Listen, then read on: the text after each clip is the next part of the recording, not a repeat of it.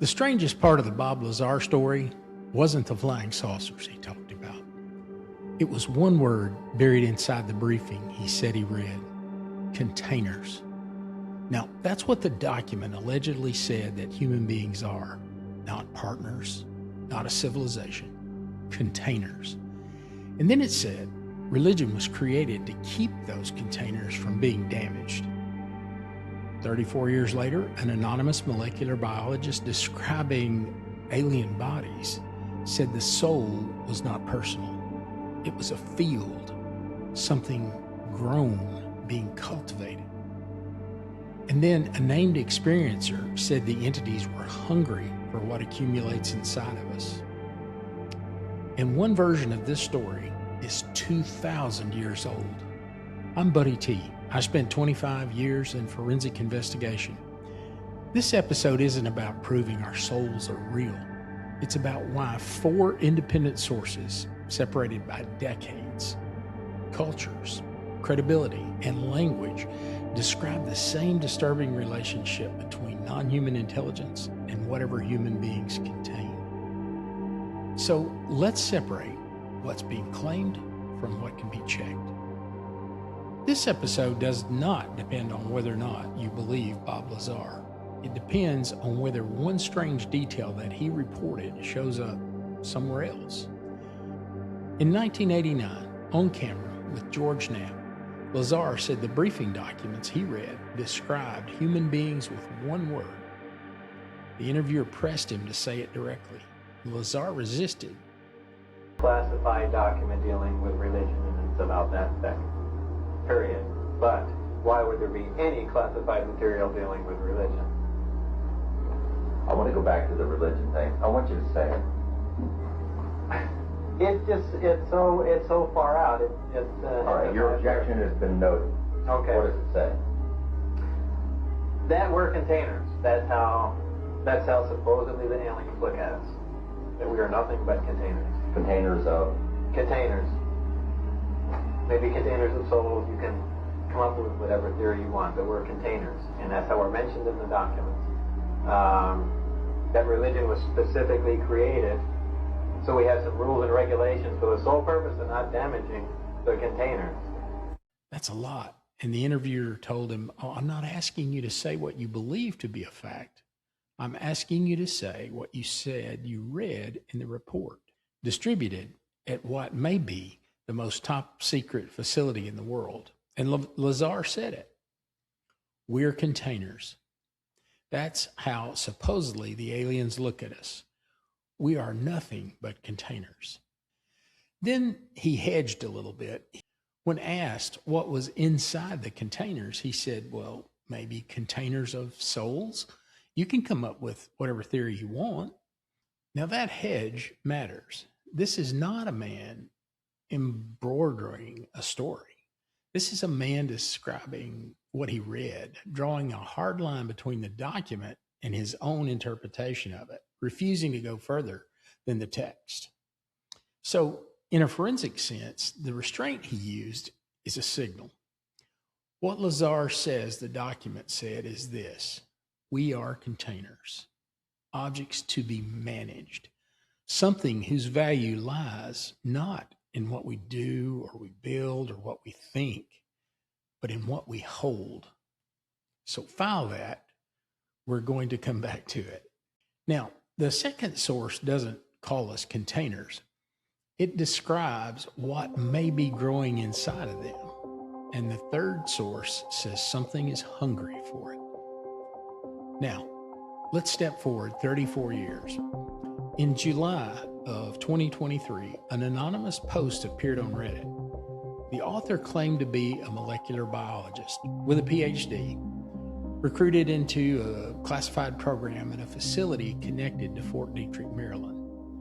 And the post described 4 alien bodies, their biology and technical detail that people with relevant training took seriously enough to examine. So we covered that biology in a previous episode. What this episode is built around is what came at the end of that post. After thousands of words of anatomy and all the cellular machinery they describe, the author described what the beings believe. It's a cosmology. The soul, according to the documents allegedly read in the archive room, is not a personal possession. It is like gravity. It expresses itself in a field. In the presence of life, that field gains complexity. In the presence of sentient life, that complexity accelerates. In plain terms, the more alive or the more conscious something is, the more it matters to them. And the beings exist to cultivate that process toward what the Post calls apotheosis. It's a critical mass kind of sentient complexity, something that has never before been achieved in this part of the universe. Now, that's a strange word, apotheosis, but the idea underneath it is simple. Life is not the crop. Consciousness is. Then comes the line that I'm still thinking about. This belief compels them to seed life, shape it, nurture it, monitor it, and influence it for the ultimate purpose of creating this apotheosis. Paradoxically, they have little or no respect for the individual's well-being. In simpler terms, this post says, we're not the point. What grows inside of us is. Seed life, shape it, nurture it, and they have little or no respect for the individual within. Now hold that next to Lazar. Containers. Religion designed to protect the container. The document doesn't explain what's inside. The EBO anonymous post doesn't use the word containers, but it describes the same relationship, something non-physical in the human organism, something that accumulates through sentient experience, something that matters enough to be cultivated across geological timescales, something the individual is not. Now that's two sources, no apparent connection, 34 years apart, one in a classified briefing room and one from an anonymous tipster on a UAP forum. It's the same shape, and in my book, it's the beginning of a pattern. Now, I want to introduce you to the word that sort of changed this investigation for me. Whitley Strieber has been part of the contact conversation since 1985. His book, Communion, changed the cultural conversation about contact experiences in ways that will still reverberate. Whether or not you believe Whitley and his experiences, he is named, he's documented, and he's very public. In 2026, he published Transformation 2026. More than 30 named witnesses appear in that. People who experienced contact alongside Strieber's across decades of sustained contact. On the Weaponized podcast, Strieber described the excretory system of the aliens, the first detail in the EBO post. And Strieber said it matched something that he had personally witnessed and kept private for decades. We covered that in the previous episode. What he said on News Nation's Reality Check podcast with Ross Coulthart is different. He described the entities as hungry for an accumulated experience that a soul carries. Not cultivating, not farming it, not managing it. Hungry. That one word changes the texture of things quite a bit, doesn't it? The EBO post in the previous episode describes a patient, almost geological process that occurs, seeding life across timescales, cultivating complexity toward this apotheosis. Agricultural, long. Strieber, on the other hand, describes an appetite, something that needs what accumulates inside of us, not as a long-term project, as sustenance. Now, these two descriptions aren't necessarily contradictory. A farmer can be hungry, An entity that cultivates across thousands of years can also be motivated by need rather than altruism. But the word hungry makes the relationship feel different. It implies that whatever they're getting from us is something they require. And that changes the question. Not why are they interested in our souls, but why do they need them? Strieber describes a mechanism, a physical process, a specific location just above the C1 vertebra, at the base of the skull, a specific frequency applied there, and the soul, if that's what it is, exits the body intact. He said it was done to him. He described it as beautiful. He described what it looks like when it's not done very gently. Homeless individuals in Brooklyn, a coroner's account through a chain of contacts.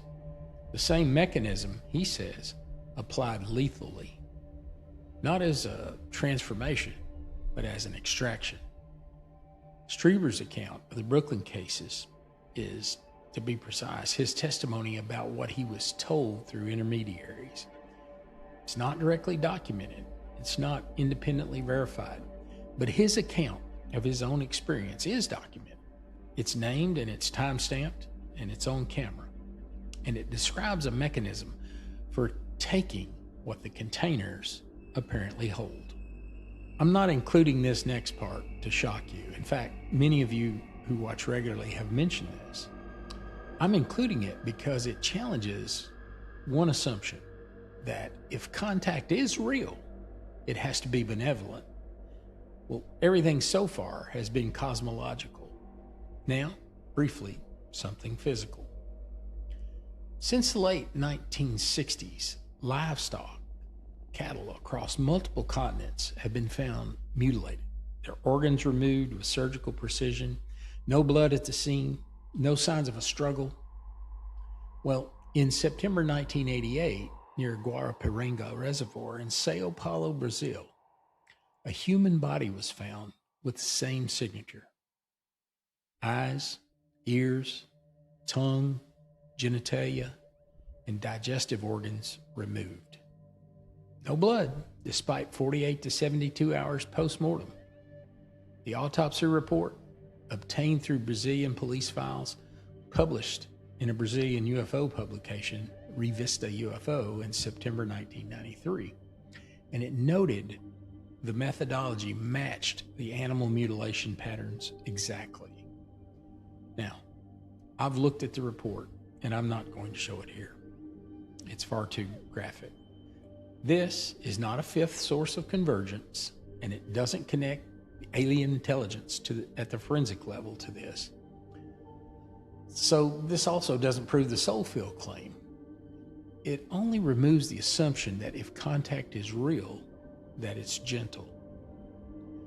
This had the same indifference as Lazar's documents describe, the same paradox that's in the EBO post, the same hunger that Strieber describes.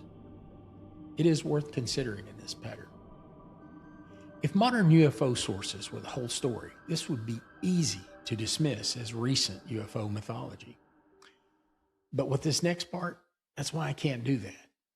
Now, I need to take you somewhere unexpected, not to a classified briefing room, not to a UAP forum, but to a library discovered in a cave in Egypt in 1945, the Nag Hammadi Library, a collection of Gnostic texts dating to the 2nd through the 4th century CE, primarily religious documents translated by scholars and studied at universities. They're on the public record.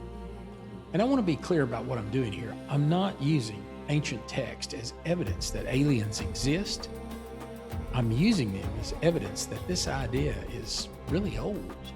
The Gnostic tradition describes a class of non-human entity called archons. Now, these are not gods in the traditional sense. There's something stranger. In the Gnostic framework, these are entities that created the material world as kind of a prison. They rule over human existence through systems of control, including religion.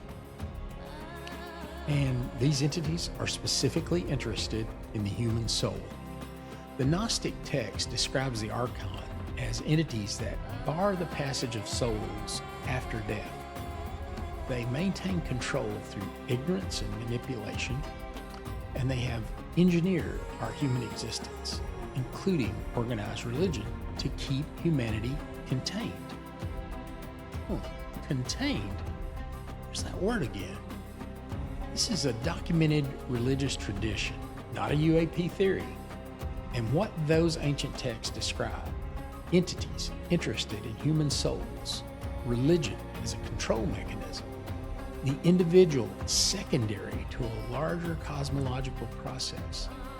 It's the same relationship that Lazar says he read about in 1989. Now, let's add one more thread. In the 70s and 80s, Robert Monroe documented experiments in out-of-body experience. Serious enough that his institute was later used by the military remote viewers. During his out-of-body experience and research, Monroe described encountering non-human entities that fed on human emotional energy. He named what they were feeding on. He called it loosh, a specific form of energy generated by intense human emotions, particularly fear, pain, suffering, and love, and that these entities apparently required this. Step back now. Let's look at the full picture. 1989, Lazar in a classified briefing room. He says the documents said containers. Religion was designed to protect the container. He doesn't know what's inside. 2023, an anonymous molecular biologist posts, these beings believe the soul is a field. They cultivate it toward apotheosis. The individual is irrelevant. Present day, Whitley Strieber, 30 named witnesses. The entities are hungry for what accumulates inside of us. Is a mechanism for taking it. It has been used. 2nd century to the 1980s, the Gnostic text and Robert Monroe's out-of-body research. Independently, entities interested in human souls, religion, or ignorance as containment. The individual is secondary to a larger process. That's 4 sources, 2,000 years, no coordination between them. And one physical parallel, a case that doesn't confirm any of it, but it quietly challenges the assumption that whatever these things are, that they're kind. Now, I want to say what this evidence cannot do. This evidence cannot prove that souls are real, and it can't prove that aliens are harvesting them. It cannot close this case. But what it can do, and what I believe honestly this does, is establish a direction worth following. A thread that runs from the 2nd century to the present day, surfacing in sources that have no reason to agree with each other, describing the same old story in a new vocabulary each time, across 2,000 years of human history. In a criminal investigation, a pattern like that, well, it doesn't prove guilt, but it establishes something worth following.